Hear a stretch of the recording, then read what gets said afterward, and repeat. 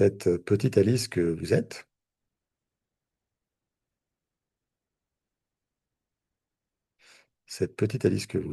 elle va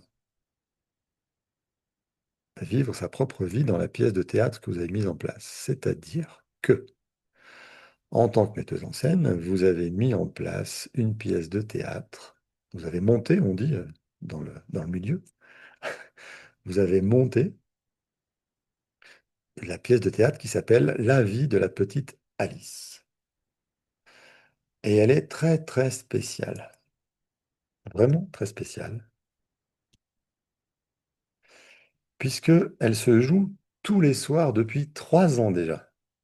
Ouais, ça fait 3 ans qu'elle se joue, puisque cette pièce de théâtre, elle a pour but de faire vivre au public ce que vit la petite Alice, donc vous, enfant, durant toute sa vie. Et vous avez commencé cette pièce il y a 3 ans, parce que vous mettez en scène depuis 3 ans la vie réelle de la petite Alice. Ok? Vous racontez depuis 3 ans ce qu'a vécu la petite Alice depuis sa naissance. Vous êtes la metteuse en scène de votre enfant intérieur et vous racontez au public ce que vit cette petite fille depuis 3 ans. C'est tout simple. Tout simple, mais bien sûr qu'on imagine tout ça. Et que c'est possible, évidemment. Ok. Parce que dans l'imagination, tout devient possible. Et donc, depuis 3 ans, tous les soirs, il y a une représentation de la pièce qui s'appelle La vie de la petite Alice. Bien. On est là depuis 3 ans, donc ça veut dire que la petite Alice a 3 ans. Et on va imaginer qu'on est dimanche, par exemple. On imagine ce qu'on veut, alors on s'en fiche. On va imaginer qu'on est dimanche et que ben, dimanche, la petite Alice vit des choses dans sa propre vie que vous mettez en scène et vous mettez en scène la réalité de la vie de la petite Alice. Hein, l'histoire, c'est de raconter la vraie histoire au public. On ne va pas la romancer. Non, on est dans la véracité puisque l'objectif, c'est que le public se rende compte en fait de ce qu'a vécu la petite Alice, que le public puisse sentir et partager ce qu'elle a vécu. C'est vraiment ça l'idée. Et donc, sur scène, là, maintenant, se joue la représentation de l'après-midi du dimanche. Voilà. Donc, vous allez devoir imaginer, bien sûr, parce qu'à 3 ans, votre système mémoriel n'est pas encore opérationnel. Donc, vous allez imaginer ce qu'a vécu Alice à 3 ans, un dimanche après-midi. Qu'est-ce qu'elle a vécu? Où elle est? Qu'est-ce qu'elle fait là, dans la représentation d'aujourd'hui que vous donnez à voir au public? Je ne veux pas de réponse. Juste vous imaginez. Je vais donner quelques pistes. Peut-être elle est dans sa chambre en train de jouer, dans le salon, chez la grand-mère. J'en sais rien. Et tout est possible. Donc, chacun votre histoire. Et comme de toute façon, c'est imaginaire, vous allez pouvoir imaginer ce que vous voulez. Donc, personne ne va vous juger si c'est pas vrai. Nous, on imagine que vous mettez ça en scène et que c'est ça qui se passe devant le public. Ma question, c'est qu'est-ce qu'elle vit? Où? Et qui est-ce qui est avec elle? Ça, c'est les 3 premières questions. Un dimanche après-midi dans la vie de la petite Alice, qu'est-ce qu'elle peut vivre à 3 ans? Où est-ce qu'elle le vit? Et qui est-ce qui est avec elle? OK. Deuxième question, c'est où est Hector, son père? Est-ce qu'il est dans la pièce avec elle? Est-ce qu'il est ailleurs? Qu'est-ce qu'il fait? Peu importe. Ou est-ce qu'il est peut-être déjà mort? J'en sais rien. C'est vraiment votre histoire réelle. Moi, je ne la connais pas et je ne vais pas faire l'histoire des 40 personnes qui sont là. Vous appliquez tout ça à votre histoire réelle. Et où est-ce qu'est Sylvaine, sa maman? Et qu'est-ce qu'elle fait? C'est un point de départ. On part de ce point de départ pour aller faire développer l'histoire.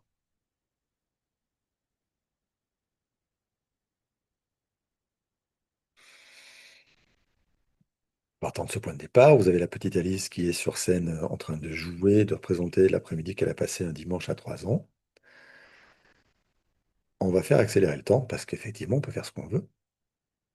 Donc, on va faire accélérer le temps pour se retrouver jusque dimanche soir. Et pendant qu'on a accéléré le temps jusqu'au dimanche soir, jusque Au moment où elle va, je sais pas, prendre un goûter en fin d'après-midi, ou elle va peut-être rentrer chez elle s'il n'était pas chez elle. Bref, ils vont manger le soir normalement. Alors autour d'Alice, il peut y avoir ses frères, ses sœurs si elle en a. C'est la réalité que vous avez engrammée dans votre inconscient, que vous transmettez comme script à la petite Alice, qui joue votre propre rôle. Donc elle s'appelle pas Alice, mais elle s'appelle Céline, Marie-Hélène, Angélique, etc. On est bien d'accord? Mais moi, je l'appelle Alice pour que ce soit valable pour tout le monde. Elle vit son histoire, elle ressent ce qui se passe dans sa propre famille le dimanche en fin d'après-midi. Elle va manger le soir, ça c'est une évidence. Et puis, elle arrive à un moment, elle va aller se coucher, point, simplement, dans son lit. Et c'est à ce moment-là que le rideau se baisse parce que la représentation est terminée. Bien. Le lundi va arriver, et le lundi, fin d'après-midi, le rideau va s'ouvrir pour raconter l'histoire du lundi de ce qu'elle a vécu, la petite Alice. Et paf, on recommence.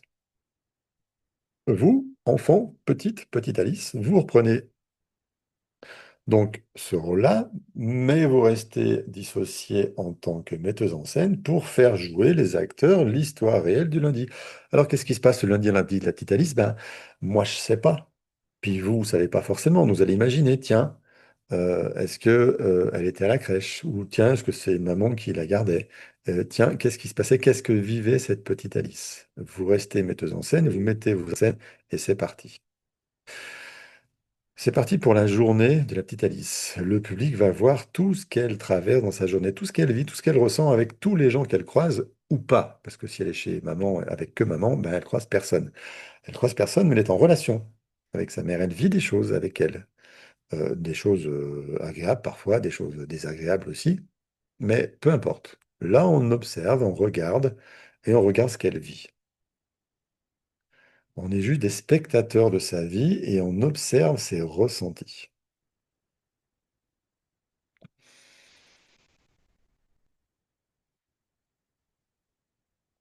Bien.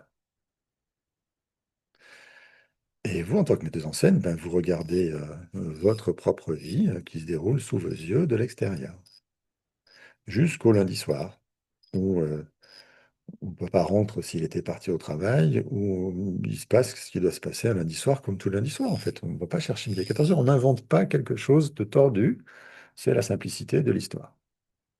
OK. Et puis le lundi soir, eh ben, le rideau va se baisser aussi, et tout le monde rentre chez soi, sauf que vous, la metteuse en scène, vous êtes un petit peu dérangé par une personne qui est venue vous voir à la fin du théâtre, une, euh, une avocate en droit du travail, qui vient vous reprocher d'utiliser depuis 3 ans la même actrice pour jouer le même rôle tous les soirs. Alors là, au niveau des règles du travail, ça passe pas vraiment.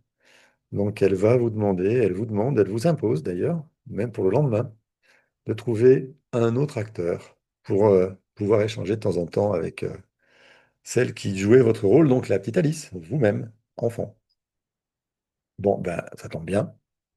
On va déterminer tout à l'heure. Vous avez une petite fille de 3 ans que vous avez connue à 3 ans, c'est la vôtre ou c'est l'enfant dont vous êtes le plus proche, que vous allez faire passer par le maquillage pour le mardi matin, et vous allez la grimer en petite Alice. Elle va monter sur scène, le public va s'en rendre compte parce qu'il y a un petit peu de différence, mais au début, il ne va pas voir grand-chose. Et donc le matin, plutôt l'après-midi, quand le rideau va s'ouvrir sur la scène de la vie, du matin de la petite Alice, ils vont se rendre compte que c'est pas la même actrice. Mais c'est pas grave. C'est pas grave parce qu'en fait, cette nouvelle Alice, je vais l'appeler Dominique, parce que c'est l'enfant que vous avez choisi. Il s'appelle Dominique et c'est évident que c'est Dominique que vous avez choisi. Vous n'avez pas pu en choisir un autre. C'est l'enfant que vous êtes le plus proche qui s'appelle Dominique. Cette petite Dominique qui a pris le rôle, votre rôle dans votre enfance avec vos parents de l'époque, cet enfant dont vous êtes le plus proche, euh, eh ben, c'est une excellente actrice. Mais alors vraiment bien meilleure qu'Alice. Alice, elle était un petit peu renfermée, elle n'osait pas trop, elle montrait pas trop, c'était un peu difficile pour elle de jouer ce rôle-là. Et là, vous avez Dominique, mais alors, c'est une championne. Dominique va faire vivre intensément à tout le public tout ce qu'elle vit. Elle va donc augmenter et faire sentir plus fort au public quand elle est heureuse, quand elle est joyeuse, quand ça pétille, quand c'est chouette, mais aussi ben, quand c'est sombre et puis quand c'est difficile et douloureux. Là aussi, elle est capable de bien plus le montrer au public. Donc, le public va ressentir mieux ce que votre enfant intérieur, la petite Alice, a ressenti dans son histoire. Ça va plus le toucher. Il va être plus impacté. Elle va bien mieux transpirer, faire ressentir tout ce que ce mardi-là, elle a vécu à 3 ans dans sa propre vie. Est-ce que c'était à la crèche? Peut-être. Est-ce que c'était à l'école maternelle? Peut-être aussi. Est-ce que c'était avec sa mère? J'en sais rien. Avec la noue, avec n'importe qui d'autre? Peu importe, et vous savez même pas forcément, vous n'avez pas la mémoire de ça, mais cette petite Dominique sur scène, elle vous fait ressentir tout ce qu'elle a vécu. Et très fort, parce qu'elle est très très forte, Dominique. Et quand elle va avoir retraversé la soirée, le moment où elle retrouve son père, où il y a tout ce qui se passe dans la maison comme d'habitude dans la maison, qu'elle va finir par se coucher, le public va applaudir bien plus que d'habitude. Il est ravi d'avoir cette nouvelle actrice. Il est ravi parce qu'elle est extrêmement plus efficace. Et donc, le mercredi, ils reviennent en disant c'est la petite nouvelle ou c'est l'ancienne? Eh ben non, c'est encore la petite nouvelle. C'est encore Dominique, vous faites monter sur scène parce que vous avez vérifié dans la salle, il n'y a pas l'inspectrice des, euh, des contrats du travail. Et donc, vous faites remonter, vous payez le culot de faire remonter la petite Dominique sur scène parce que c'était peut-être qu'un essai, il faut qu'on réessaye encore. Il n'y a pas l'autre pour vérifier. Allez, j'essaye, Dominique, encore une fois. Et là, c'est waouh, parce qu'on est mercredi. Et mercredi, c'est un jour pas comme les autres. C'est un jour où il n'y a pas école l'après-midi. C'est un jour où peut-être il se passe des choses différentes. En tout cas, c'est un jour où là, sur scène, il y aura plus d'interactions avec plus de personnages. Et donc, vous allez voir un petit peu plus encore ce que étaient vraiment les ressentis de cette petite Dominique Alice Vous dans ses relations avec les gens. Vous allez voir un petit peu plus encore comment elle vit les choses. Vous allez voir un petit peu plus comment c'est parfois joyeux, parfois agréable et parfois tellement noir et sombre et dur dans sa vie, mais là, le public va être estomaqué parce que c'est très chouette ce qu'elle vit. C'est intense émotionnellement et dans le haut et dans le bas, c'est les deux. Il n'y a pas que du mauvais, il n'y a pas que du bon. C'est pas ça la journée, c'est pas ça la vie. Il y a des hauts et des bas, surtout pour une petite fille de 3 ans qui va rencontrer plein de gens, qui va voir sa mère agir avec les autres, qui va voir son père agir avec sa mère, son père agir avec les autres, ses frères et sœurs. Tout ça va se passer en même temps. Et vous êtes toujours metteuse en scène et vous regardez l'enfant dont vous êtes le plus proche vivre tout ça. Le vivre et donner le spectacle au public le plus intense qu'ils aient jamais vu jusque-là. Et donc le mercredi soir, quand c'est fini, le public applaudit à tout rompre, c'est génial, ils ont passé une super soirée. Hop, ils vont revenir là demain, c'est pareil, et ils vont en parler à plein de gens. Et donc le lendemain, ben, il y a un peu moins de place disponible dans le théâtre, parce que ben, le bouche-oreille fait de l'effet, tout de suite. Et pareil, la petite Dominique va jouer la vie d'Alice, les ressentis d'Alice sur le jeudi. Qu'est-ce qui se passe le jeudi dans la vie d'Alice à 3 ans? Eh bien, ça, c'est votre histoire et c'est votre inconscient qui va le raconter. Vous, vous sentez juste comment cet enfant si proche de vous, il vit les choses à ce moment-là. Et puis le jeudi va se passer pareil parce que, pareil, vous surveillez à chaque fois à l'entrée qu'il n'y a pas l'inspectrice du travail qui vient vérifier. Mais non, encore une fois, jeudi, c'est libre. Vendredi, c'était libre aussi. On continue. Et même ce week-end. Alors là, le week-end, c'est extraordinaire. Le week-end, qu'elle puisse jouer ce rôle-là le week-end aussi, c'est top parce que le week-end, il y a forcément plus de chances que papa et maman soient là. Donc, il y a forcément plus de chances que euh, la petite Dominique transmette une histoire bien plus intense relationnellement au public. Parce qu'elle va être dans son histoire, dans sa vie. Elle va voir papa agir avec maman, elle va voir maman agir avec papa, elle va les voir agir l'un avec l'autre. Elle va montrer au public ce qu'elle ressent de leur interaction, mais aussi le public va voir ce qu'elle ressent, elle, de ses interactions avec ses parents. Et puis peut-être avec ses frères et sœurs, et puis avec ses oncles et tantes, avec papy, mamie. J'en sais rien de ce qu'ils font le week-end, peu importe. Vous ne le savez pas non plus vraiment dans le sens savoir, parce que vous n'avez pas forcément la mémoire de 3 ans, mais vous le sentez. Vous pouvez le sentir juste en regardant cette petite fille, juste en regardant ce qu'elle vit, juste en sentant de l'extérieur, en vous câblant sur elle, vous pouvez capter ce qu'elle ressent et du coup capter ce que c'est la vie de la petite Alice, donc votre propre vie à travers cet enfant-là. Et pareil, tout le reste de la semaine, vous allez vérifier que l'inspectrice est toujours pas là. Et puis en fait, vous allez apprendre qu'elle a tellement de travail partout qu'elle ne repassera jamais. Donc vous êtes tranquille.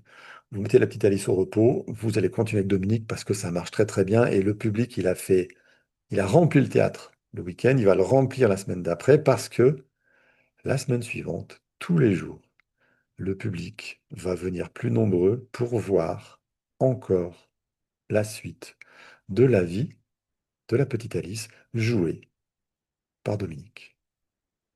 Ça devient un succès très vite, c'est fulgurant, à tel point que sur cette semaine-là où ça s'est passé, vous devez déjà réfléchir à changer de théâtre. Ouais, c'est le succès. Les gens adorent voir, être curieux, ressentir ce que cet enfant vit. C'est la première fois qu'ils voient ça. Ça a toujours été caché par tout le monde. Là, on a un enfant qui joue ce rôle-là, qui le joue parfaitement. Elle raconte parfaitement au public ce qui se passe dans sa vie. C'est génial. Alors, vous continuez. Une troisième semaine où cette petite Dominique va jouer votre rôle dans votre histoire que vous mettez en scène en tant que metteuse en scène et vous allez être au bord de la scène pour voir, ressentir avec le public ce que Dominique transmet comme information, comme ressenti, comme idée, comme histoire. Et puis une semaine de plus, ça fera un mois maintenant que Dominique vit dans la vie, dans la peau de la petite Alice et qu'elle vit, qu'elle grandit quelque part, depuis un mois elle a grandi un petit peu, avec Hector et Sylvaine, ses parents de l'époque. Vos parents de l'époque. Et puis un deuxième mois va s'écouler. Bon, elle va grandir encore cette famille, elle va vivre des choses différentes. Un troisième mois, puis un quatrième, un cinquième, un sixième. Ça fait 6 mois maintenant, la moitié d'un an, que l'enfant le plus proche de vous va vivre votre propre histoire à la place de cette petite fille dans cette pièce de théâtre. Et donc va montrer au public absolument tout ce qu'elle a ressenti, tout ce qu'elle a traversé, tout ce qui l'a touché en positif ou en négatif durant ces 6 mois. Et là, c'est l'immense succès. Vous êtes interviewé en tant que metteuse en scène, ça marche très très fort. Et vous êtes en même temps très très touché par ce que vit cet enfant, parce qu'il montre, par ce qu'il montre au public, parce que vous imaginez pas qu'il y avait tout ça dans votre propre histoire. C'est comme si vous la découvriez de l'extérieur, vécue par cet enfant-là dont vous êtes proche.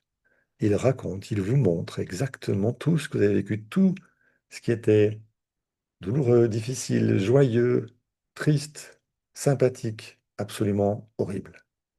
Tout. Avec une justesse dans son jeu, une précision dans ses ressentis qui est extraordinaire. Alors vous la gardez encore 6 mois, cette petite Dominique, pour jouer. Pendant 6 mois, elle va avoir 4 ans. Ça fait donc un an entier qu'elle a passé, qu'elle a grandi dans votre propre vie de l'époque, avec vos parents de l'époque, et qu'elle a montré tout ça au public. Et à 4 ans, son système mémoriel est mis en place, donc vous allez pouvoir commencer à avoir des images, des mémoires de ce qui va se passer par la suite, parce que, bien sûr, vous allez continuer à faire jouer ce rôle-là tous les jours. Elle est tellement excellente. Personne ne vous l'interdit en plus. Elle est toute contente de participer à ça, parce qu'elle met en lumière ce qui était caché jusque-là. Et donc, à partir du moment où elle a 4 ans, elle va être l'actrice principale de la pièce de théâtre qui s'appelle La vie de la petite Alice, votre vie de l'époque, mise en scène, montrée au public Et le public va voir. Il va tout voir, il va tout sentir grâce à cette actrice. Il va sentir ce qui se passe dans cette quatrième année où elle grandit. Elle est peut-être en seconde année de maternelle. Elle est peut-être chez la nourrice. Elle a peut-être un frère et sœur qui est né ou autre chose qui s'est passé. Des grands-parents qui meurent, n'importe quoi. Il peut tout se passer. Ça, c'est votre vie, c'est vous qui la connaissez. Moi, je fais juste avancer le temps et vous suivez les ressentis de cette petite Dominique. Ce qu'elle vit, ce qu'elle ressent, comment c'est pour elle de vivre dans cette famille-là, de grandir dans cette famille-là avec tout ce qui se passe. Et tout ce qui se passe, c'est tout ce qui se passe, c'est-à-dire que même s'il ne se passe rien, elle ressent des choses dans le fait qu'il ne se passe rien. Et si c'est l'enfer, bien sûr qu'il se passe des choses et qu'elle ressent, mais il y a toujours quelque chose qu'il se passe et qu'elle va ressentir dans cette histoire-là.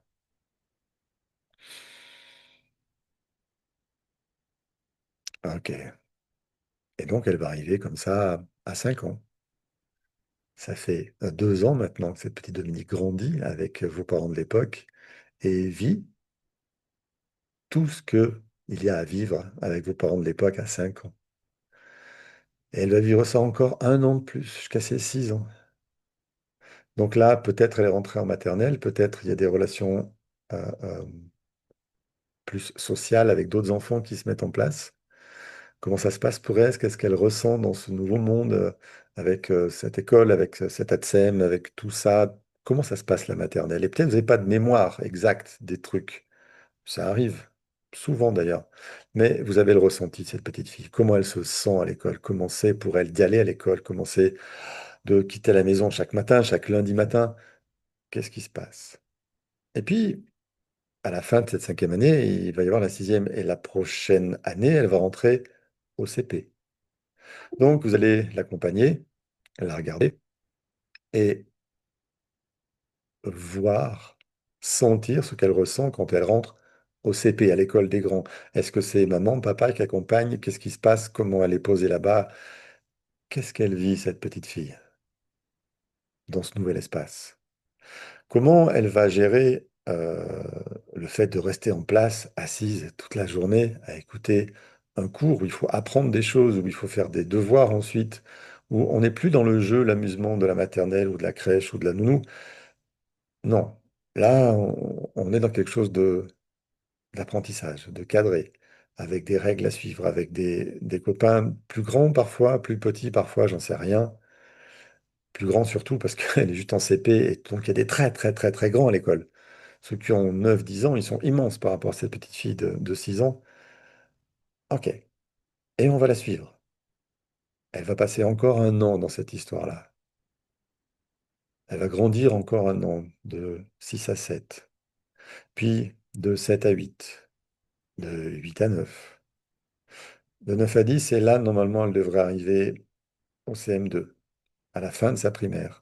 Elle est la plus grande à l'école, soit, mais quelles sont ses interactions avec les autres enfants? Quelles sont les interactions avec ses voisins, ses copains, copines? Est-ce qu'il y a tout ça? Qu'est-ce qui se passe à la maison? Qu'est-ce qu'elle a vécu pendant toutes ces années dans sa maison aussi, chaque soir avec ses parents, chaque week-end avec ses parents? Elle a fait transpirer tout ça au public, et vous le regardez de l'extérieur. Vous pouvez sentir ce qu'est la vie de cette petite fille. Alors on va aller un petit peu plus loin. Il y a un truc un petit peu particulier chez les petites filles qu'il n'y a pas chez les petits garçons, mais chez les petites filles, en tout cas, c'est 10 ans, 11 ans, 12 ans. C'est l'âge où elle va avoir ses premières règles. Ça va arriver, c'est évident, d'accord? Peut-être pas à 10, peut-être ce sera à 12, à 13, mais ça va arriver. Et, et là, vous avez juste à imaginer et à mettre en scène cette petite Dominique qui vit exactement ce que vous avez vécu quand vous avez eu vos premières règles. Comment vous avez réagi? Comment cette petite fille traverse ça? Qu'est-ce qu'elle montre au public? Qu'est-ce qu'elle a ressenti au fond d'elle? Comment c'était de, d'un seul coup, avoir ce sang qui coule d'elle? Est-ce qu'elle a été prévenue? Est-ce qu'elle a été accompagnée? Comment ça s'est passé pour elle? Ce passage-là, on le sait, il est très important. Et comment expliquer aux petits garçons, peut-être, ou pas, que ben, les petites filles, à un moment, à un certain âge, ça se met à saigner tous les mois comme maman. Comment il a vécu ça de sa part? Comment les autres petits garçons à l'école ont vécu ça avec eux de leur côté en face? de cette petite Dominique qui joue le rôle d'Alice.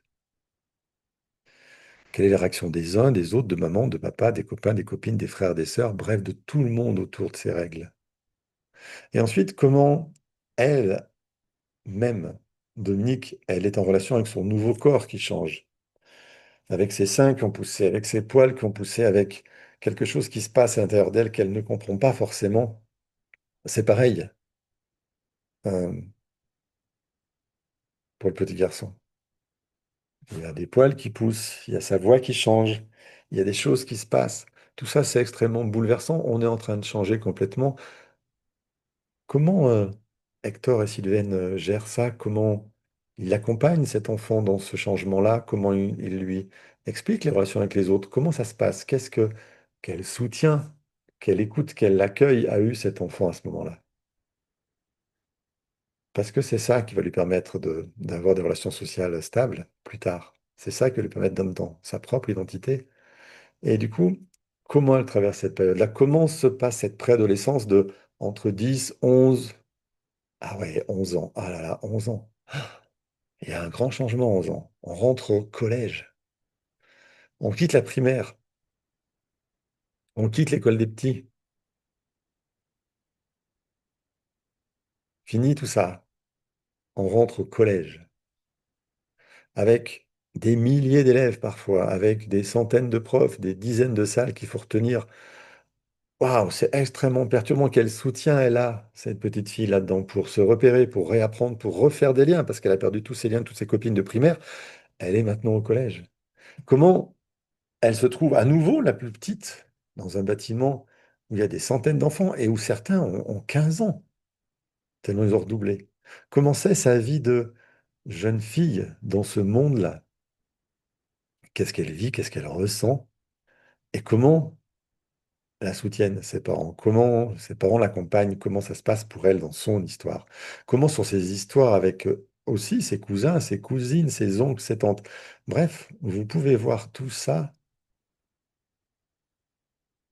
dans le ressenti de cette petite Dominique. Elle raconte tout ça au public et vous pouvez le ressentir, vous, de l'extérieur. Et donc, en tant que metteuse en scène, lui faites vivre tout ça parce que c'est le script exact de toute sa vie, c'est la réalité, la vraie réalité ressentie, exprimée par cet enfant dont vous êtes si proche.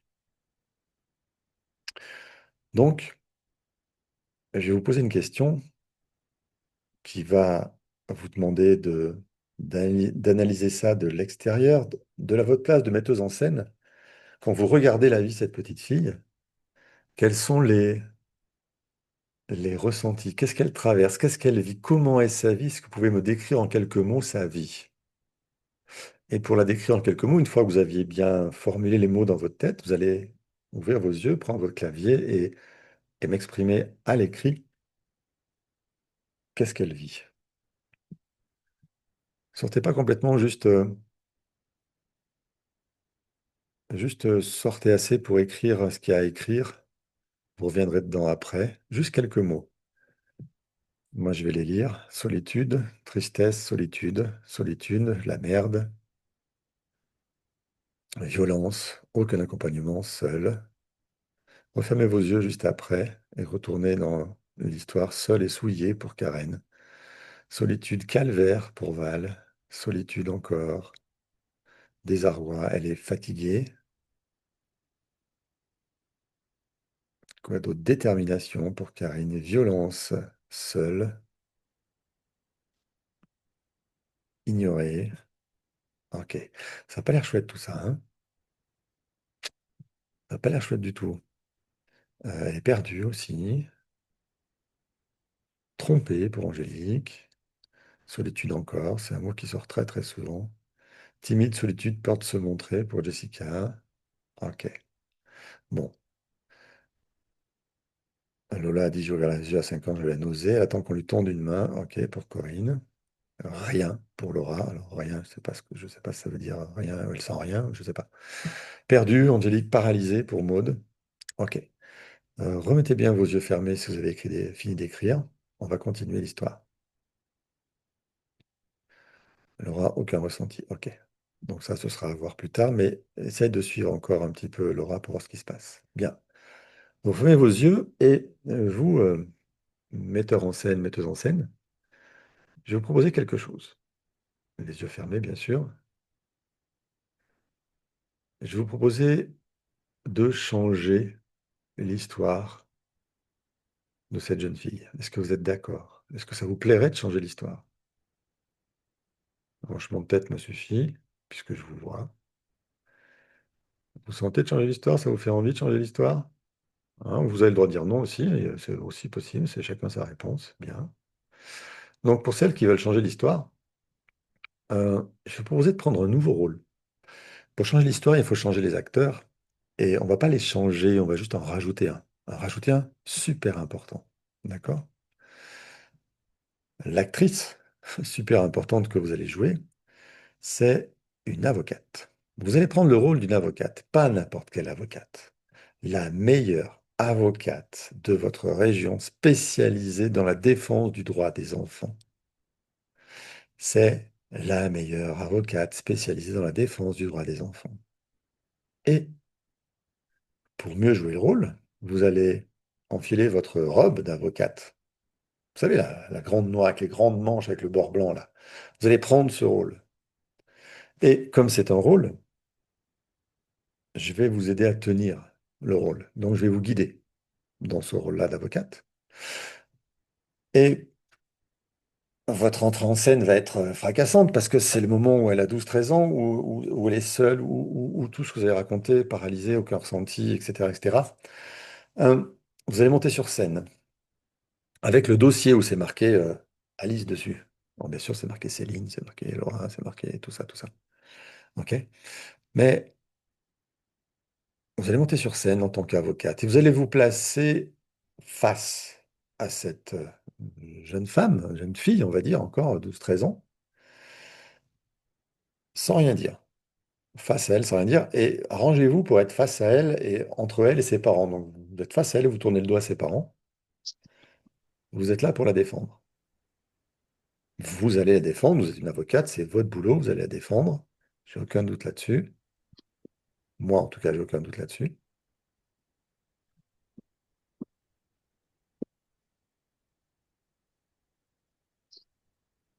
OK.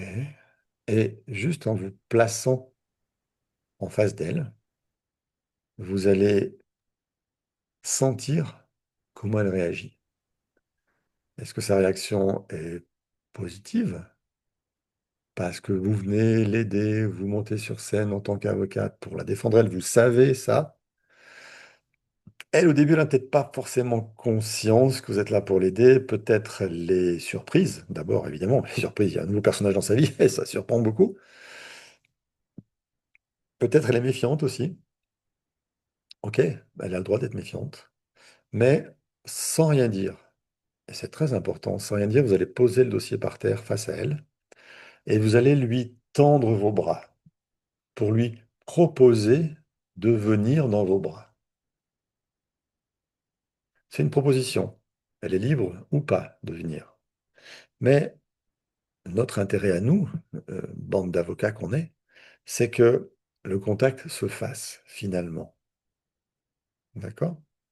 Et pour que le contact se fasse, vous devez lui tendre vos bras et il va falloir qu'elle accepte d'elle-même de vous faire confiance. Alors oui, elle ne vous connaît pas, mais sa tête vous lui dit quelque chose. Évidemment, c'est vous plus grande. Ok. Elle est juste devant elle plus grande, donc c'est un peu surprenant au départ, soit, mais vous êtes là, les bras tendus, laissez-les le temps de venir contre vous. Ça prend des fois 3 secondes et demie, parfois 4, jusqu'à 10, mais généralement, c'est pas très long. D'accord? Et quand elle est contre vous, les bras serrés, vous ne dites rien, vous lui faites juste sentir que vous êtes là pour elle. Comment? Ben voilà, vous la prenez dans vos bras. Vous lui faites sentir que vous êtes là, que vous êtes stable, que vous êtes solide, que vous allez pouvoir l'aider parce que vous êtes la meilleure avocate. Parce que vous avez gagné jusque-là tous vos procès. Parce que vous avez toujours gagné dans les dossiers de défaillance parentale. Alors laissez-la prendre contact avec vous et ressentez ce qui change chez elle. Qu'est-ce qui physiquement change chez elle quand elle est dans vos bras? Comment son corps réagit en fait? C'est juste ça qui m'intéresse. Vous ne me dites pas, vous gardez ça pour vous. Et une fois que c'est fait, vous allez lui parler à haute voix. Vous allez répéter des choses très précises après moi, pas la peine de faire plus ou moins. Une fois qu'elle est dans vos bras, que son corps a réagi, et généralement quand elle est dans vos bras, son corps a réagi dans le bon sens, même si ça prend un peu de temps, vous allez lui répéter après moi.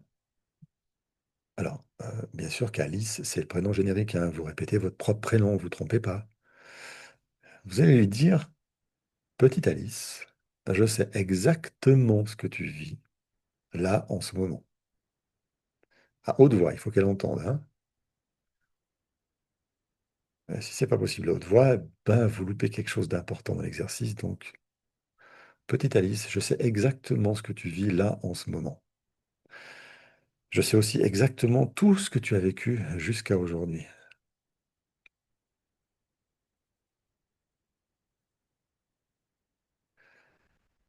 Et je sais exactement tout ce que tu vivras demain.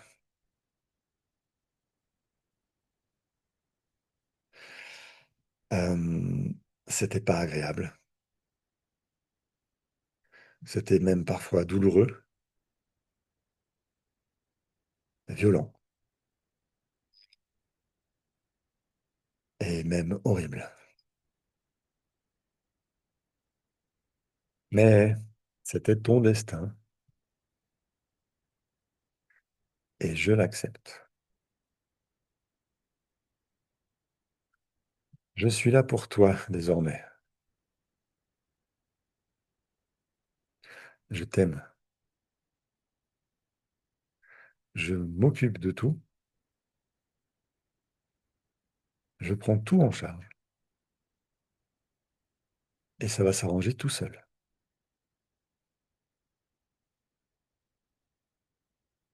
Ok. Juste laissez-lui ressentir ce que font les mots chez elle. Laissez-la réagir à ces nouveaux mots. Respirez tranquillement dans votre certitude d'avocate que vous allez faire le meilleur boulot possible. Moi, je le sais parce que vous êtes automatiquement la meilleure pour vous occuper d'elle.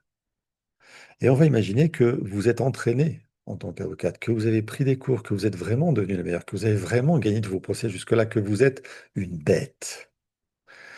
Une bête capable de faire reconnaître aux parents de la petite Alice, donc à vos parents de l'époque, tout ce qu'ils ont fait de travers, toutes leurs défaillances. Et on va commencer. Parce que maintenant, c'est là que votre boulot commence en tant qu'avocate, en tant que défenseuse de cet enfant. Vous allez, tout en gardant le contact avec la petite Alice, parce que ce contact est important pour elle, vous tourner vers ses parents de toute votre puissance et de toute votre légitimité d'avocate spécialisée dans la défense du droit des enfants. Et vous allez à ses parents leur dire, tranquillement au début, leur reprocher ce qu'ils n'ont pas fait, ce qu'ils ont fait de travers, ce qu'ils ont oublié, ce qu'ils ont fait de difficile. Vous allez vraiment leur déballer toute la liste. Ok, certains parents diront rien du début à la fin et certains parents vont se mettre à hurler, à se défendre, à être même parfois violents. Peu importe le cas dans lequel vous êtes la meilleure avocate, vous avez gagné tous vos procès, vous savez que ces gens-là réagissent parfois comme ça, donc vous continuez votre réquisitoire contre eux. Et ils vont se défendre. Ils vont donner des bonnes raisons de ne pas l'avoir fait. Oui, mais moi j'ai perdu ma mère. Oui, mais moi j'avais du travail. Oui, mais si. Et plaf, vous les défoncez. Vous prenez chaque sujet, vous le retournez contre eux parce que, en tant qu'avocate, vous avez la meilleure réponse pour leur démontrer qu'ils ont échoué dans leur rôle de parents. C'est pas des monstres. Bon, sauf si c'est des monstres. Bon, là, si c'est des monstres, vous leur dites. Vous leur rentrez dedans. Vous leur dites. T'étais un monstre pour cette petite Alice.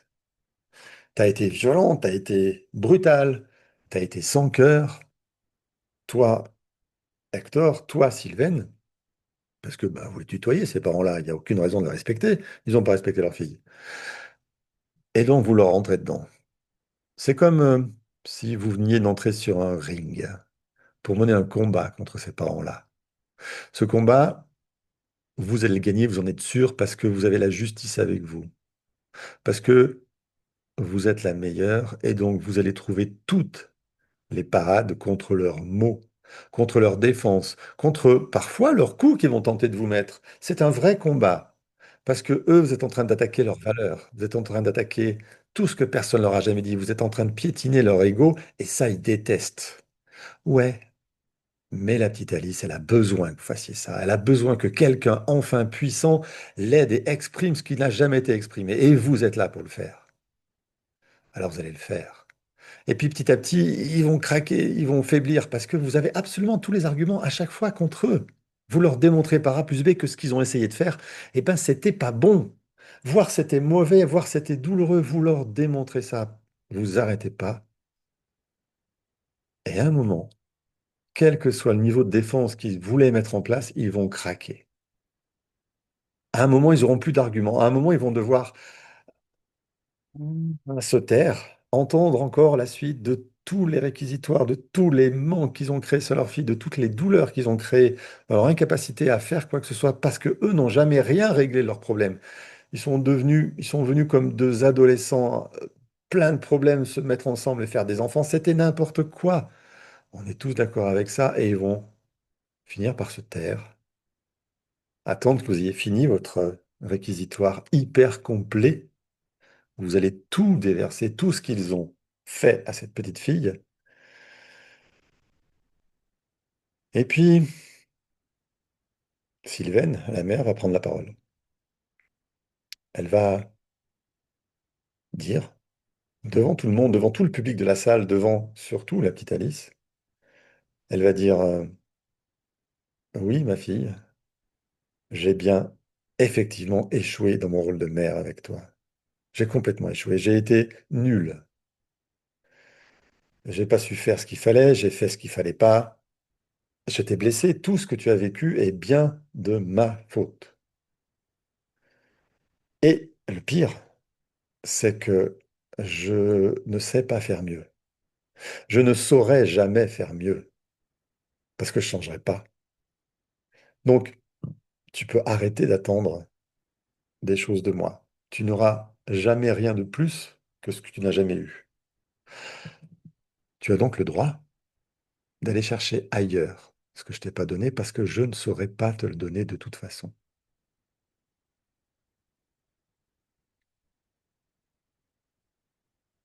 Et là, dans la salle, le public est estomaqué. Dans la salle, la petite Alice écoute sa mère. OK. Et ensuite, c'est son père, Hector, qui va prendre la parole, qui va dire, Alice, ma fille, j'ai complètement merdé dans mon rôle de père. Je t'ai fait souffrir parce que je t'ai pas donné ce qu'il fallait du tout. Parfois même l'inverse, exact.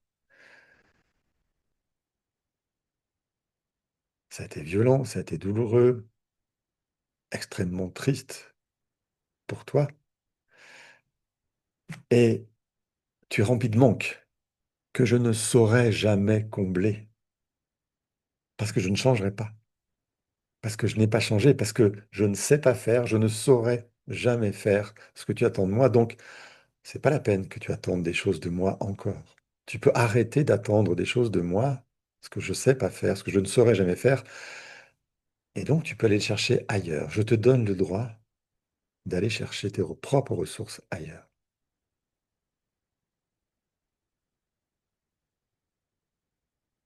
Vous, avocate, avez gagné. Ils ont reconnu qu'ils ont été défaillants avec leur fille. Non seulement ils ont reconnu qu'ils ont été défaillants, mais ils ont reconnu que toutes ces douleurs de sa vie sont bien leur faute. Elle n'est pas responsable de ça, elle est victime de leur défaillance. Et en plus, ils viennent de l'autoriser à aller chercher ailleurs ce qu'elle n'a pas eu. Et là, en tant qu'avocate, vous vous retournez vers la petite Alice, vous la prenez dans vos bras et vous ressentez ce qui change en elle. Qu'est-ce qui se passe dans son corps maintenant qu'elle a été reconnue comme victime, maintenant qu'elle est libre d'aller chercher ailleurs ses ressources? Comment elle réagit? Qu'est-ce qui se passe dans son corps? Alors, parfois, les enfants reconnus ont juste envie de partir très loin, très vite. Ok, vous la retenez un petit peu, parce que vous allez pouvoir l'aider, en fait. D'accord? Parfois, c'est incrédule. Parfois, ils ont peur parce qu'ils sont perdus. Ok, rappelez-lui que vous êtes là pour elle. Je suis là pour toi, je m'occupe de tout, je t'aime, ça va s'arranger tout seul. Voilà, c'est ça qu'elle a besoin d'entendre. Parce que vous, adulte avocate, vous allez vraiment pouvoir l'aider. Vous allez vraiment pouvoir l'aider parce que je vais vous aider à l'aider. Je vais vous aider à lui permettre de connecter à ses ressources. OK? Elle est enfin sortie de son histoire, elle est enfin sortie de sa loyauté. Et maintenant, vous allez pouvoir l'aider à rencontrer les ressources qui vont lui permettre de vivre sa propre vie. Bien. Vous allez donc lui proposer qu'elle vienne avec vous. Vous allez la prendre par la main, si elle est d'accord. Si elle n'est pas d'accord, dites-lui c'est une expérience, qu'elle peut faire l'expérience et qu'on verra ce qui se passe. Peu importe. Mais si elle est d'accord avec vous, bah, c'est cool. Vous allez la prendre par la main, la sortir du théâtre, parce que ça, cette histoire-là, c'est fini. Désolé, public, mais le- la pièce s'interrompt ici. C'était la fin. Et vous allez l'emmener dans un endroit merveilleux. Une petite, toute petite vallée, entourée par deux collines qui forment la vallée à droite à gauche. Une vallée verdoyante. Un espèce de petit paradis où tout est fleuri, tout est vert, les arbres sont pleins de fruits, ils sont des feuilles luxuriantes, des oiseaux chantent, il y a la nature partout autour, c'est waouh, le paradis au fond de cette toute petite vallée. Et au fond de cette toute petite vallée, il y a un petit ruisseau qui coule. Ça nourrit les arbres, ça nourrit les plantes, c'est génial. Les oiseaux, les biches, tous viennent boire dedans, c'est vraiment waouh. Et vous allez emmener cette petite Alice jusqu'au moment où le ruisseau au fond de la vallée prend sa source, devient ruisseau en fait. Et en fait, c'est deux petits ruisseaux. Un de chaque côté sur la colline à gauche, il y a un petit ruisseau qui coule et qui, hop, vient rejoindre, hop, le petit ruisseau de la colline à droite. Et ils viennent couler au fond de la vallée et ils se mélangent ensemble et ça fait le ruisseau du fond de la vallée. Le ruisseau de gauche, on l'appelle le ruisseau du masculin sacré. C'est son nom. Parce que dans ce ruisseau-là coulent toutes les ressources dont un enfant a besoin du masculin sacré. Qu'est-ce que c'est? On ne sait pas trop en fait. Mais peu importe, il s'appelle comme ça, alors on va aller voir. Et puis le ruisseau de droite, c'est le ruisseau du féminin sacré, bien sûr. Et quand ils s'unissent au fond de la rivière, au fond de pardon, de la vallée, là où il commence à couler, devenir une plus grosse rivière, vous allez proposer à Alice de mettre ses deux pieds, un dans un ruisseau à gauche, le masculin, un dans l'autre ruisseau à droite, celui du féminin, et vous allez laisser faire les choses. Parce que elle n'a rien à faire, vous non plus, vous l'avez placée où il fallait. Maintenant, la nature va faire le reste. C'est-à-dire que cette énergie du masculin sacré va rentrer par son côté gauche, la remplir, et va rencontrer l'énergie du féminin sacré qui est rentrée par le côté droit. Et en rencontrant ce féminin sacré, en se rencontrant en elle, ils vont être d'abord surpris, puis ils vont s'apprécier, ce féminin, ce masculin. Ils vont commencer à danser ensemble, à se connecter, se toucher, et puis s'aimer. Et enfin, ils vont s'unir. S'unir, c'est-à-dire fusionner. Féminin et masculin vont fusionner à l'intérieur d'elle pour devenir sa propre énergie féminine ou, pour Ben, masculine.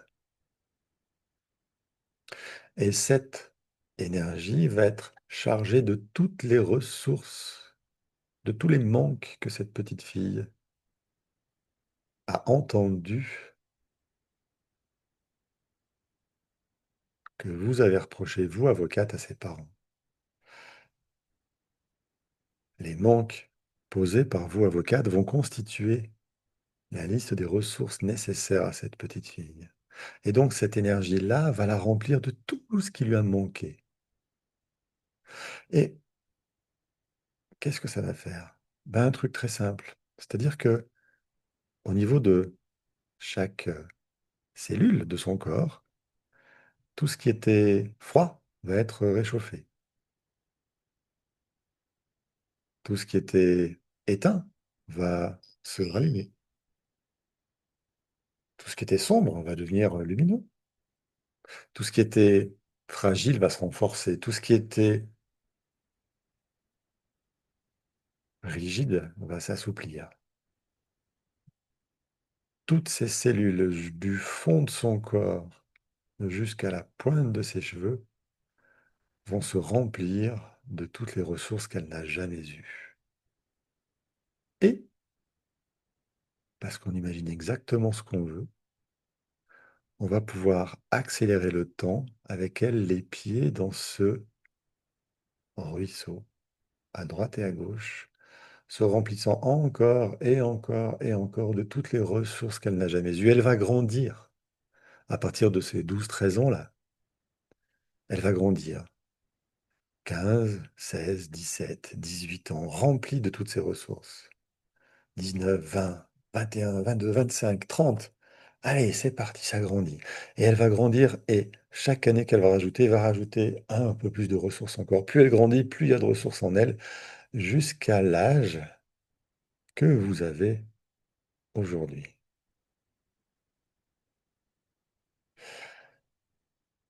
Et je vais vous demander de regarder cette petite Alice qui est vous, en fait. À quoi elle ressemble quand elle est chargée, remplie de tout ce qu'elle n'a pas eu? Comment est sa vie? Comment vous la voyez? À quoi elle ressemble? Voilà, c'est la question. Qu'est-ce qu'elle ressent? Et qu'est-ce que vous ressentez d'avoir permis ce travail?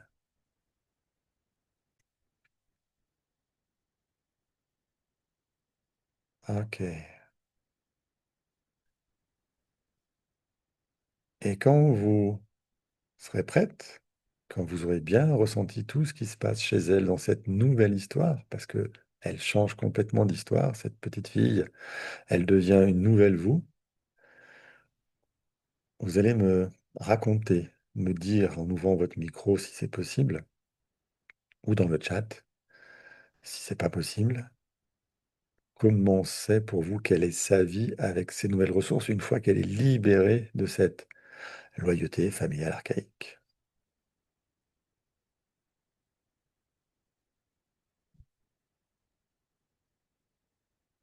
Je vous écoute, je vous lis.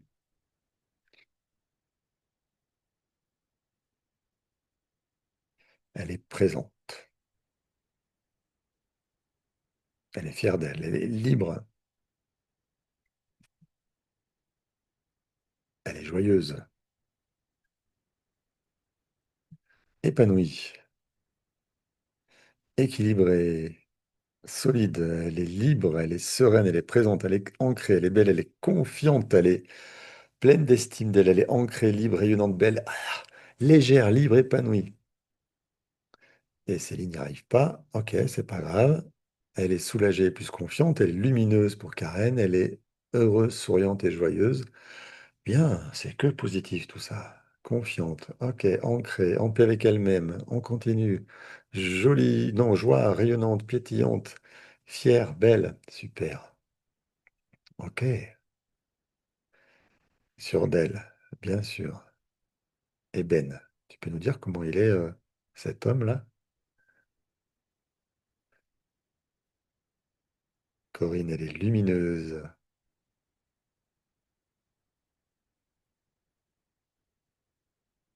Ok. Bien. De la joie, cheval. J'attends la réponse de Ben pour savoir. Confiant, en sécurité, lumineux. Super. Ok. Alors, je dis super parce que ça a changé chez ceux qui discutent, mais j'ai Laura et je ne sais qui l'ont dit. Alors, Laura, rien de changé, pas de ressenti dans le corps non plus. J'ai qui m'a dit encore, j'arrive pas à l'imaginer rempli ce qu'elle a manqué. Ok, super. C'est pas grave. Comme j'ai dit au début, il n'y a pas de réussite, il n'y a pas de manque. C'est juste un état des lieux qu'on fait et qui va vous permettre de savoir, peut-être, de trouver une piste sur qu'est-ce qui vous manque pour aller jusque-là, jusqu'à ce que les autres disent là. Ok. Ça, cet exercice-là, c'est un exercice que j'ai monté, que j'ai testé et que je fais. Je suis content que vous soyez autant, en tout cas dans le chat, à répondre, à l'avoir vécu de cette façon-là. C'est pas souvent. On n'avait pas dû venir cet exercice. Ben non. Si vous saviez ce qu'il y avait à faire, vous ne seriez pas là. Euh, Ça, c'est. Il faut avoir on m'a donné l'image la dernière fois. euh, c'est le ressenti que vous allez pouvoir acquérir avec le travail en thérapie familiale. J'ai dit que vous allez pouvoir acquérir parce que c'est qu'une projection inconsciente qu'on a fait. Ça revient un petit peu le, euh, au même que dans les méditations. Vous savez, vous rentrez dans une méditation, vous vivez un truc absolument génial, fantastique, c'était waouh, waouh, waouh, c'est génial. Mais ces sensations-là sont bien sûr dans votre corps, hein, on n'a pas de doute avec ça. Mais en rouvrant les yeux, ce soir, demain, vous serez peut-être encore quelques-uns, quelques-unes dans cet état-là, ça arrive assez souvent. Mais globalement, ça prend pas racine dans la réalité. Pourquoi? Euh, ben parce que on a juste imaginé que vous gagnez un procès, mais vous n'avez pas prononcé tous les mots. Vos parents de l'époque n'ont pas entendu. C'était que de l'imaginaire. Alors bien sûr, l'imaginaire, il croit que c'est réel, d'accord. Mais votre inconscient, pour ancrer une nouvelle réalité, il faut qu'il passe dans le physique, dans le corps. Il faut que vous fassiez, en tant qu'avocate, cette bataille contre ces adultes défaillants-là. Il faut que vous les voyiez vraiment de vos yeux, vraiment euh, encaisser tout ça. Il faut que vous les entendiez presque, presque, parce qu'ils ne parleront pas, valider tout ça. Et pour ça, on a, oui, je dis on, parce qu'on a plusieurs à avoir fait le trajet. Il y a des outils que vous allez apprendre en TEFT dans la formation pour accompagner vos consultants. Ce que vous venez de faire là, il faut garder l'image. euh, euh, Vraiment garder l'image. Ce que vous venez de faire, c'est une projection dans ce qui est possible, dans ce qui va arriver une fois que vous aurez traversé dans votre corps physique tous les éléments que vous avez à traverser pour ça. Donc, c'est quelque part, c'était bien, hein, je vous lis et tout, c'est génial pour ceux qui ça a donné quelque chose. Je reviens sur ceux chez qui ça a rien donné tout à l'heure, je vous oublie pas. Mais chez les gens chez qui ça a donné quelque chose, cet exercice, c'est une projection, c'est une méditation guidée, ce n'est pas votre réalité physique.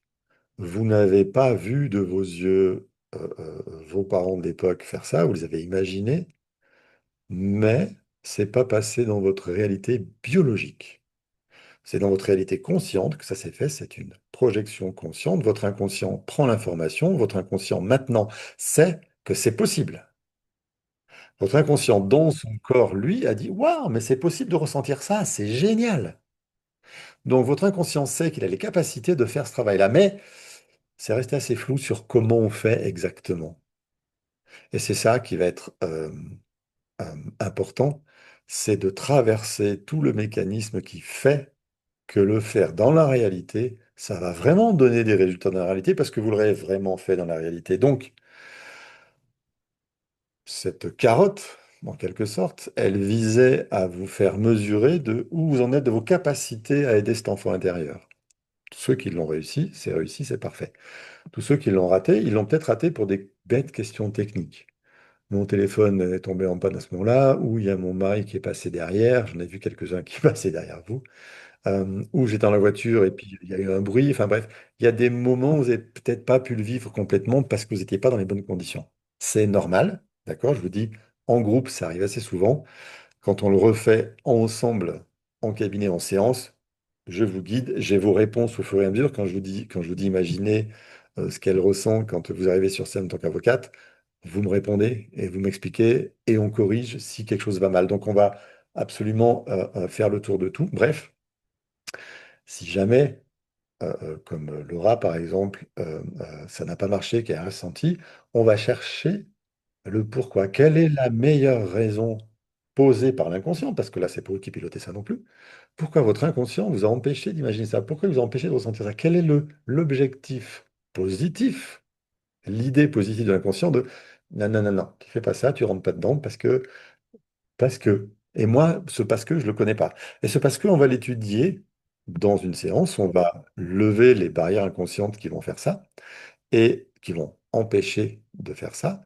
Et du coup, on va pouvoir travailler en préparatoire pour refaire ce truc-là parce que votre inconscient a besoin d'avoir cette carotte pour se donner à fond dans le travail réel qu'il doit faire. Parce que, j'en reviens encore au début de ma phrase il y a 3 minutes, je fais des sacrées digressions. Euh, Ce qu'on vient de faire là, il faut le voir comme le gravier, un gravier sur la route qui mène au château dans lequel vous allez pouvoir vivre. C'est juste un gravier, c'est juste un premier pas vers votre château. Ce premier pas, il est super important parce qu'une fois que vous l'avez fait, vous savez inconsciemment qu'il est possible de le faire, mais c'est un premier pas. Donc, il y a plein de gens qui me disent le dimanche matin, ouais, c'est génial, je suis encore dans cette énergie-là, c'est super, c'est génial. Vous allez voir qu'elle va s'effacer petit à petit. C'est normal, d'accord? C'est normal parce que votre inconscient biologique, il a besoin de passer par la biologie pour le ressentir. Il est passé dans l'imaginaire, il l'a ressenti. C'est comme tout à l'heure, enfin comme hier soir, la défense avec le. Pas hier soir, c'était quel jour? Oui, si, hier soir, hier, fin d'après-midi. La défense avec la salive par rapport à l'apéro dégueulasse, c'est une réaction biologique. Ok, donc c'est la réalité de l'inconscient. Mais quand vous ouvrez les yeux, vous n'avez pas les ressources. Vous n'avez pas capté parce que vous n'avez pas eu les pieds dans cette rivière. Vous n'avez pas ancrer pendant 21 jours cet espace-là, cette 21 jours nécessaires pour intégrer ça. On vient de le faire en spot, on vient d'imaginer que ça dure des années, mais c'est pas dans votre biologie que ça s'est passé pendant 21 jours. Donc, le changement biologique ne s'est pas fait. Donc, je suis désolé que vous soyez aussi déçus que ça. Je vois vos têtes. Ah, mais non, c'est pas possible. Oui, si, c'est comme ça en fait. Euh, Cet exercice-là avait pour seul but de vous faire sentir que c'était possible, parce que maintenant, une fois que vous sentez que c'est possible, vous allez pouvoir aller plus loin. Ce premier pas, il est super important.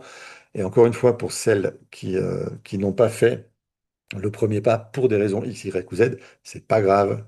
Ça, je le fais d'habitude en privé, donc en sens individuel. Là, je le propose en groupe parce qu'il y en a certaines pour qui ça marche en groupe, mais juste vous avez là l'image étendue de ce qu'il est possible de faire.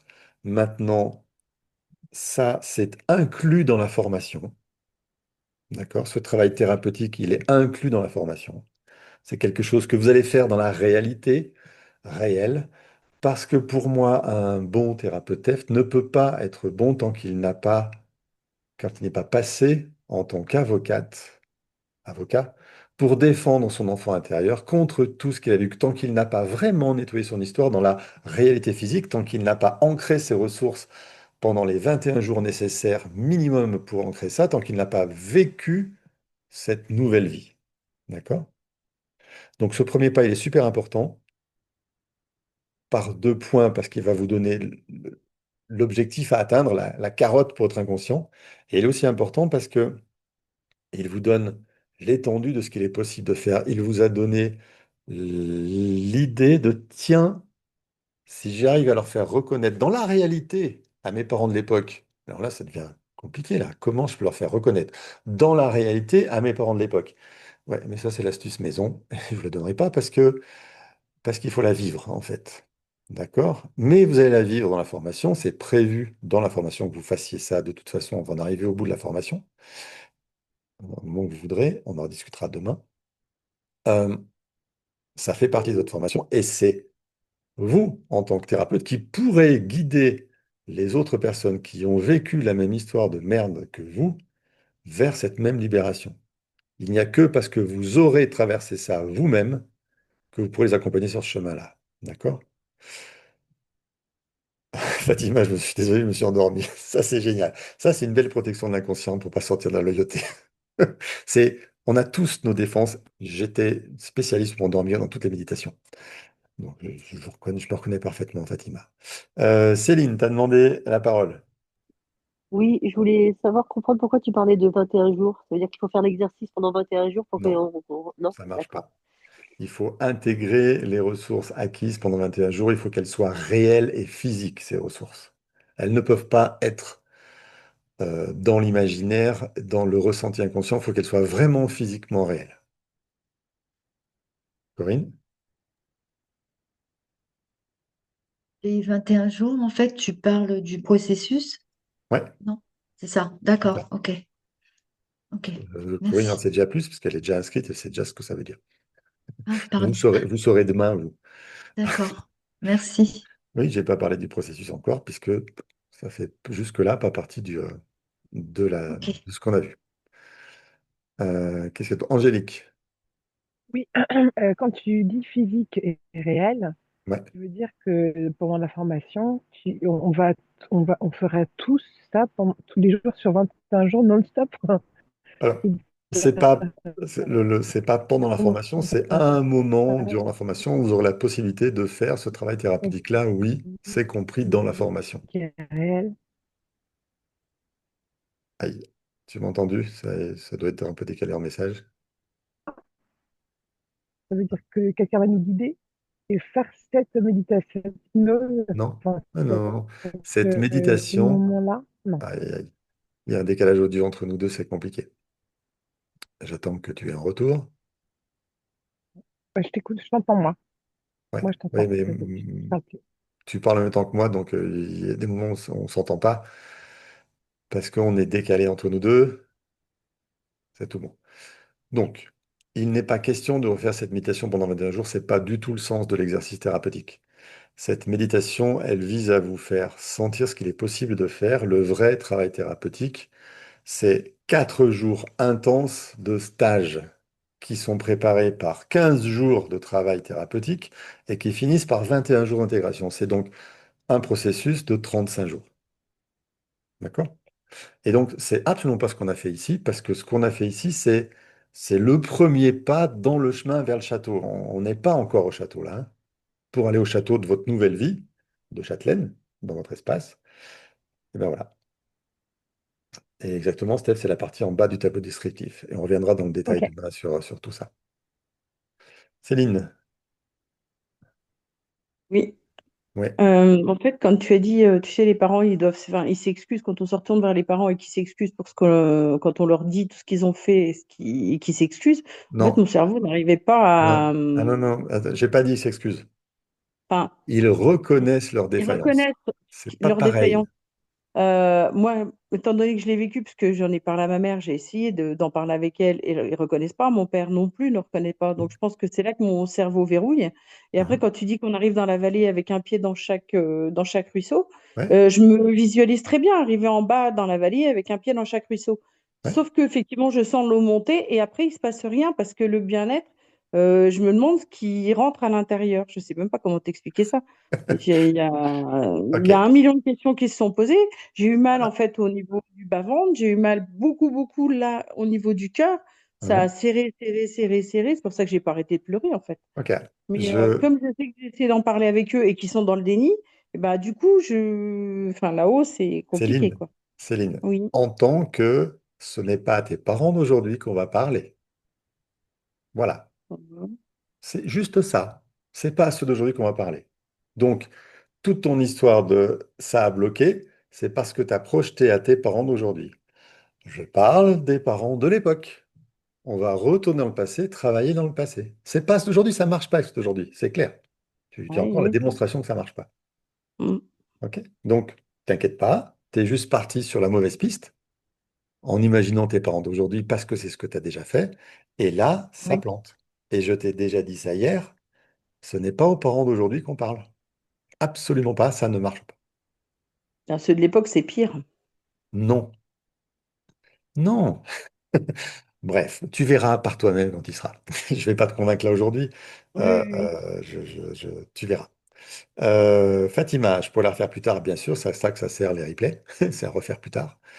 Donc pas de problème. Angélique, t'as pas baissé la main ou c'est une nouvelle main levée?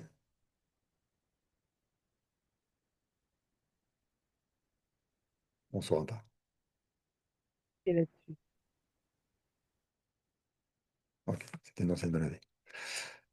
Donc, J'ai vraiment, j'ai- j'ai une petite question, Christophe, oui, par Marie-Hélène. rapport au côté droite et gauche. Moi, pour moi, le droit, c'était le masculin et le gauche, le féminin. Mais là, Ouais.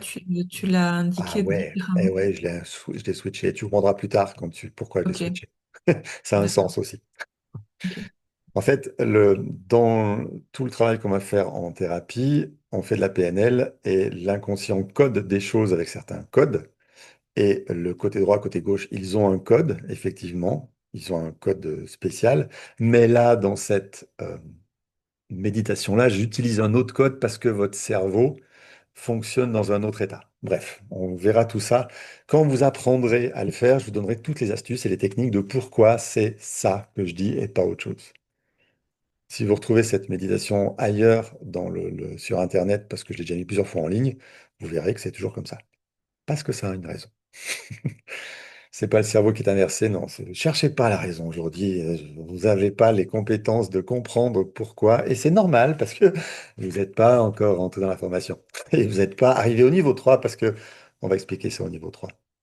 Karen, j'ai très froid. Ça, c'est super. Je vais tenter de retrouver ta réponse. Mon corps réagit plus au niveau du cœur. Ça, c'est OK. J'ai vu quelque chose de Karen qui m'était plus lumineuse. OK. Sérénité présente, ancrée, belle. OK. Donc, Karen, elle vit des choses positives dans le sortie de son méditation, c'est positif. Super. Ce qui veut dire qu'elle a réglé certaines choses à un certain niveau, d'accord? Sandrine, c'est pareil, c'est gelé. Si vous avez eu une réaction positive à la fin, il se peut que vous soyez en train de passer dans ce qu'on appelle la phase de vagotonie. C'est-à-dire que euh, à chaque fois que vous réparez quelque chose, et il est possible que juste dans la méditation, vous ayez déjà réparé des choses.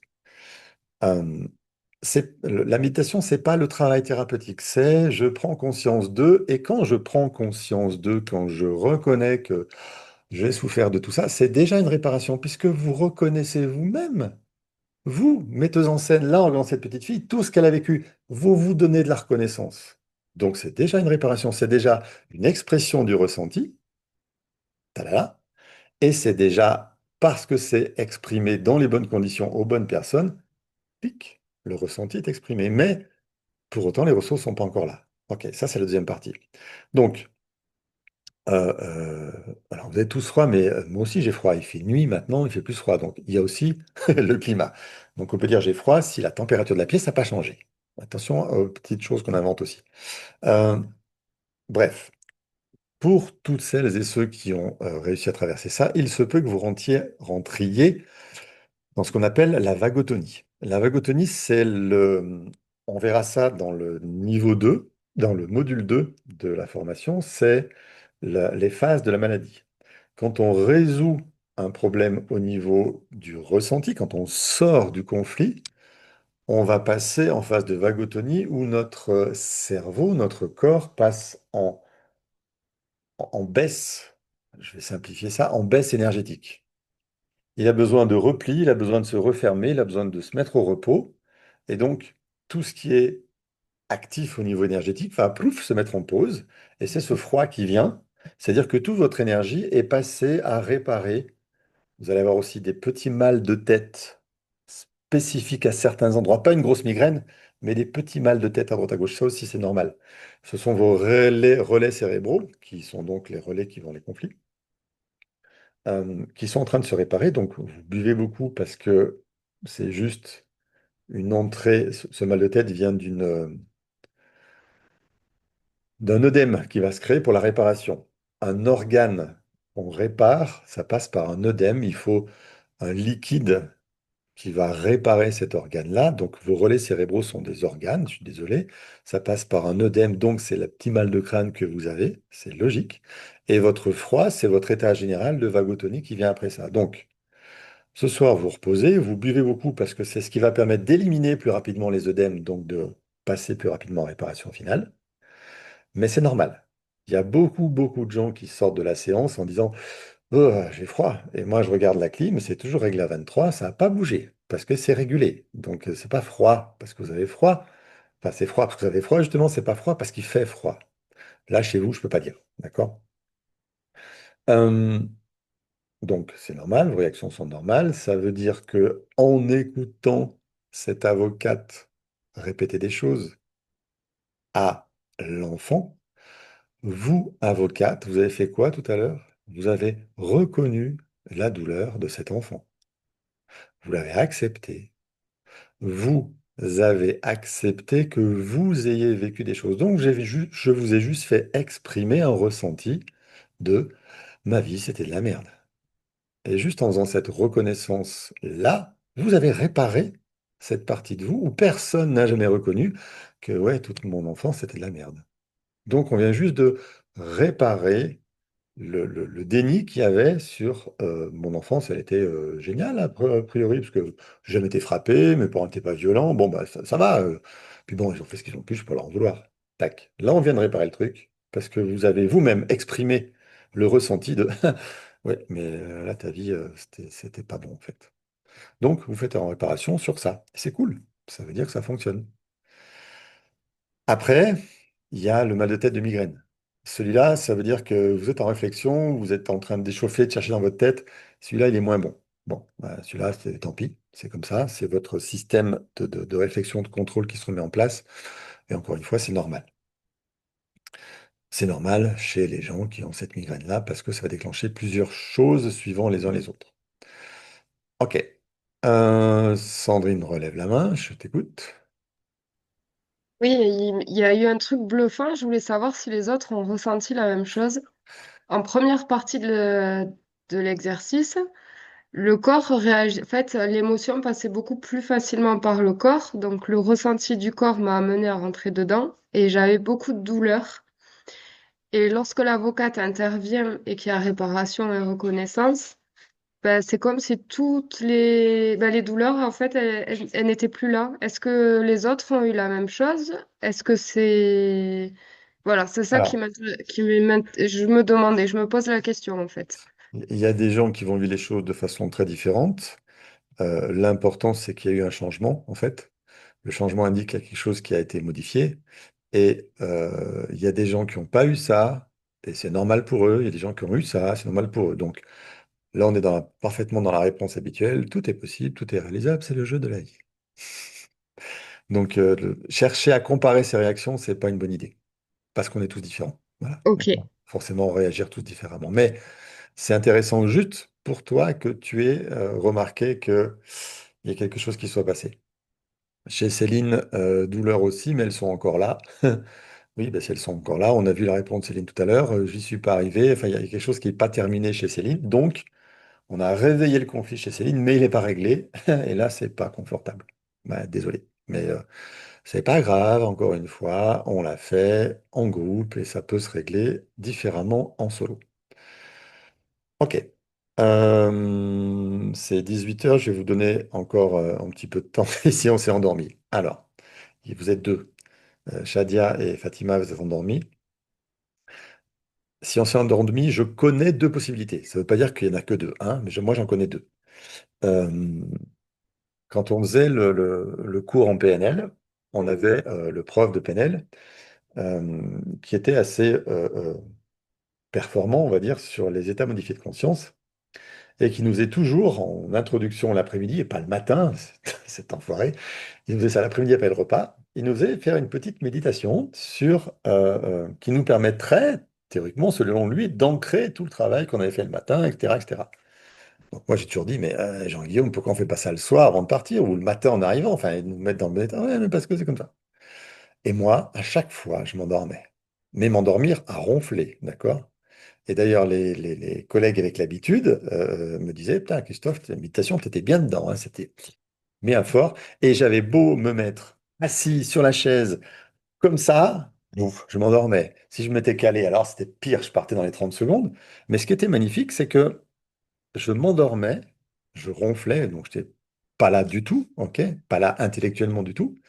Par contre, dès qu'il finissait la méditation dans les derniers mots pour nous faire revenir, plouf, je me réveillais, tout frais. Et à chaque fois en même temps, je suis jamais resté endormi après. Ce qui veut dire, ce que j'en ai analysé, ce qu'il a pu m'en dire, et ce que je vous répète, c'est mon cas. D'accord? On ne fait pas de généralité. Euh, pour moi, la méditation, l'état d'hypnose, c'est pas possible. J'étais extrêmement contrôlant dans ma vie. J'ai contrôlé absolument toute ma rééducation de A à Z. Je savais faire aussi bien que la kiné les exercices qu'il fallait faire. Bref, à tel point que je vous ai dit, elle me disait, tu pourrais être kiné. OK. Pour moi, l'hypnose, c'est lâcher prise. En tout cas, c'était lâcher prise à l'époque, dans ma formation. Donc, m'endormir, c'était être sûr d'échapper. Ou alors, c'était être sûr de participer avec mon inconscient qui entendait tout, sans que pour autant ça dérange mon conscient qui ne voulait pas lâcher l'affaire. Donc, m'endormir automatiquement alors que je voulais rester réveillé consciemment, c'était peut-être un mécanisme de mon inconscient pour me garantir d'entendre la méditation et du coup de profiter de la méditation qui allait m'aider dans ma formation. Ok, ça c'est la première hypothèse. Je m'endors, je me réveille au bon moment, c'est que c'est cool, c'est a priori un endormissement qui va me permettre de participer. Sauf que, eh ben moi, dans toutes ces méditations, j'ai jamais rien entendu. Et mon portable, à l'époque, ne permettait pas d'enregistrer des choses. Donc, j'ai aucun texte de tout ce que j'ai entendu pendant toutes ces années. C'était un peu frustrant, j'avoue. Après, il y a l'endormissement qui veut éviter. Et celui-ci, vous ne vous réveillez pas à la fin comme il faut, etc., etc. Et parfois, vous n'êtes pas dans l'état juste conscient, inconscient pour capter les choses. C'est vraiment clic, c'est trop dur. Et dans cette méditation-là, spécialement où vous allez remettre en cause euh, les parents de l'époque, ça vient chercher une loyauté extrêmement profonde. Et c'est peut-être cette loyauté qui vous dit, hop, toi, tu participes pas à ça aujourd'hui, t'es pas prête. Donc, c'est la deuxième possibilité. Il y en a peut-être une troisième ou une quatrième, j'en sais rien, mais c'est les deux seules que je connaisse. D'accord? Donc, vous ne posez pas trop de questions sur qu'est-ce qui s'est passé. Ça s'est passé, et puis vous la referez, et puis vous verrez bien ce qui se passe. D'accord? D'autant plus qu'entre aujourd'hui et demain, vous aurez appris quelques. Enfin, aujourd'hui, demain soir, vous avez appris encore plus de choses. Donc, on pourra aller se poser et chercher pourquoi ça se passe comme ça. Est-ce que vous avez des questions sur tout ça encore? Mais je vais vous garder encore un petit quart d'heure si vous voulez bien. Je vais vous demander votre retour, si vous n'avez plus de questions, sur l'exercice lui-même techniquement. On va pouvoir passer à vos retours comme on fait tous les soirs, où je vais vous demander, si vous voulez bien, donner votre retour et oui, votre retour sur la journée d'aujourd'hui, avec les mots que vous voulez, en vrac, dans le désordre, 3, 4, 5 mots, juste pour que je puisse sentir où vous en êtes et que vous puissiez mettre des mots sur même où vous en êtes vous. C'est parfois important c'est surtout tout le temps important d'exprimer ce que vous avez besoin d'exprimer. Donc, première question, il n'y a plus de questions sur ce qu'on vient de faire cet après-midi. Techniquement, ok, c'est bon, parfait. Maintenant,